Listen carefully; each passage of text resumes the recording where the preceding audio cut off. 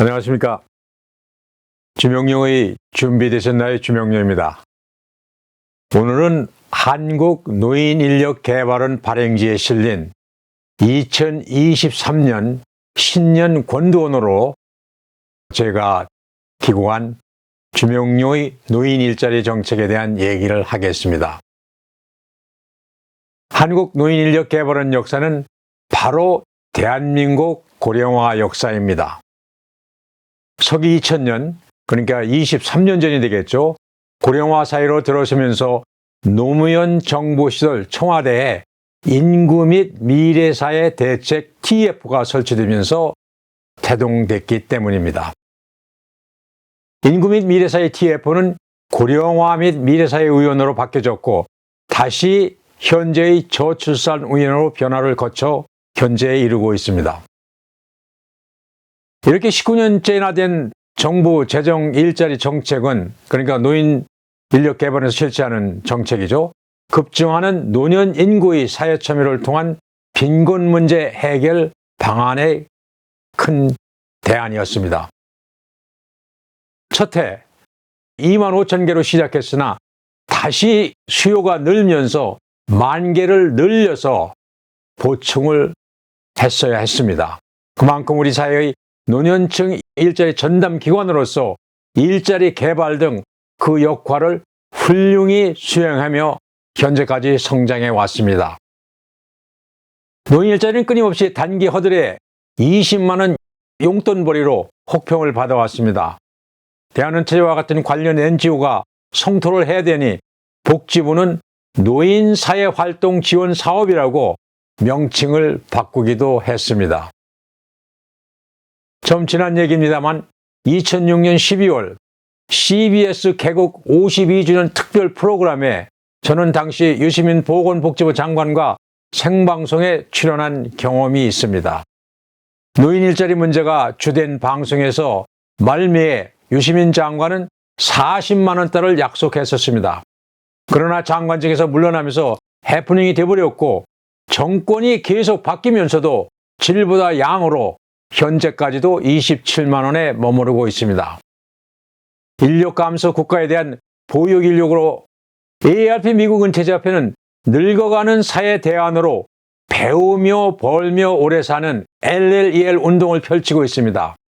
대한은퇴자협회도 참여하고 있는 이 캠페인은 고령사회에서 노년층이 지속적으로 배우며 근로활동을 통해 벌며 오랫동안 사회 일원으로 살아가는 방안 중의 하나입니다.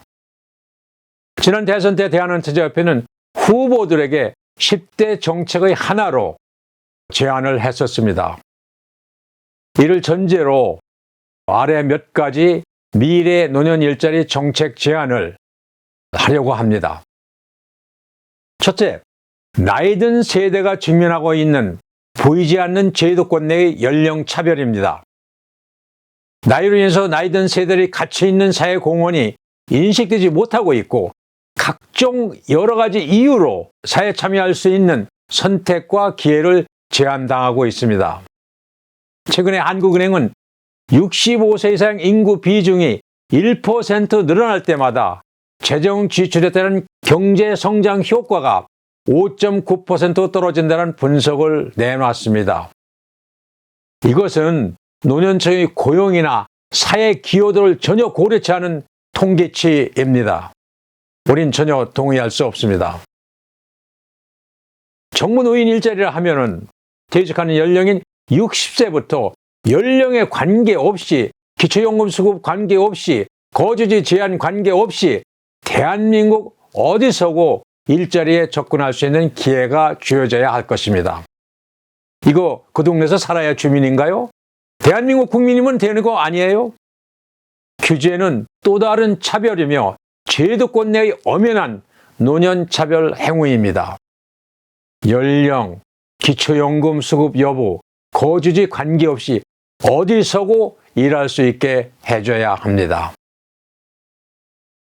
둘째는 교육훈련에 대한 접근성 부족과 구직 활동의 어려움입니다. 해마다 연례 행사처럼 펼쳐지는 재정 일자리는 쉽게 접근은 되지만 일자리다운 일자리 검색은 프리부머, 그러니까 베이비부모 전 세대에게는 고통스러운 일입니다. 컴퓨터에 대한 거부감과 이를 응용할 능력이 부족하고 새로운 직업에 대한 자신감이나 동기가 부족하고 퇴직 전 또는 퇴직 후 고용 훈련 부족으로 구직 대상에서 아주 멀어지게 되죠. 셋째는 이제 민간기업 연계 생계형 일자리 구축 작업이 제대로 된 일자리로 가는 길이다라고 이렇게 정부에 제안을 합니다. 이제 60년대생이 퇴직하고 있습니다. 이에 따라 프리부모 세대의 일자리 정책이 대폭 수정되어야 한다고 주장합니다. 즉 50년대생, 40년대생 일자리는 베이비붐 세대 일자리와는 달라야 한다는 의미입니다. 대한은퇴자협회는 일찍이 공적연금 플러스 공기업이나 민간 주도 생계형 일자리 150만 원 플러스 캠페인을 펼쳐왔습니다. 그 예로 대한은퇴자협회는 서울 중구청과 협업해서 파일럿 프로그램으로 중구청 내 유수 대기업에 제안해 왔으나 아직도 희신을 받지 못하고 있습니다. 이것은 기업에 팽배한 나이든 세대에 대한 고용 거부감이 기업의 참여를 주저하고 있지 않나 이렇게 사료됩니다. 정부의 인센티브와 고령 인력 재고용에 대한 적극적인 정부의 체근이 요청됩니다. 넷째는 현재의 노년 일자리를 노년 인구 비율 10% 선에서 20%로 공급을 늘려가야 한다는 주장입니다. 노년 인구 400만 명대의 일자리 쿼터가 이제 1000만이 넘는 노년 인구 때와는 당연히 달라져야 하지 않겠습니까? 또한 취약 프리부모들이 활동 시간을 늘려서라도 그 수당을 40만 원 이상으로 노후 삶의 질을 높여가야 해야 할 것입니다.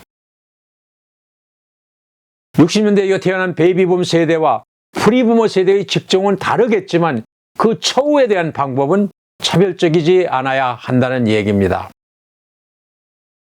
2023년 올해 노인 일자리는 정부 부처 또 청 24개에서 181개 일자리 사업을 펼치고 있습니다.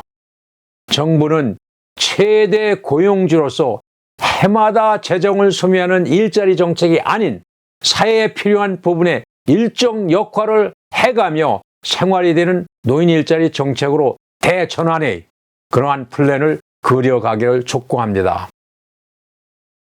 그래서 노년층의 경제적 역할을 정진시켜서 배우며 벌며 오래 일하게 하는 그 경력이 국가기관 산업을 보호하며 번영하는 소임을 하게끔 용기와 동기를 심어줘야 할 것입니다. 주명용이 준비되셨나요? 주명용이었습니다.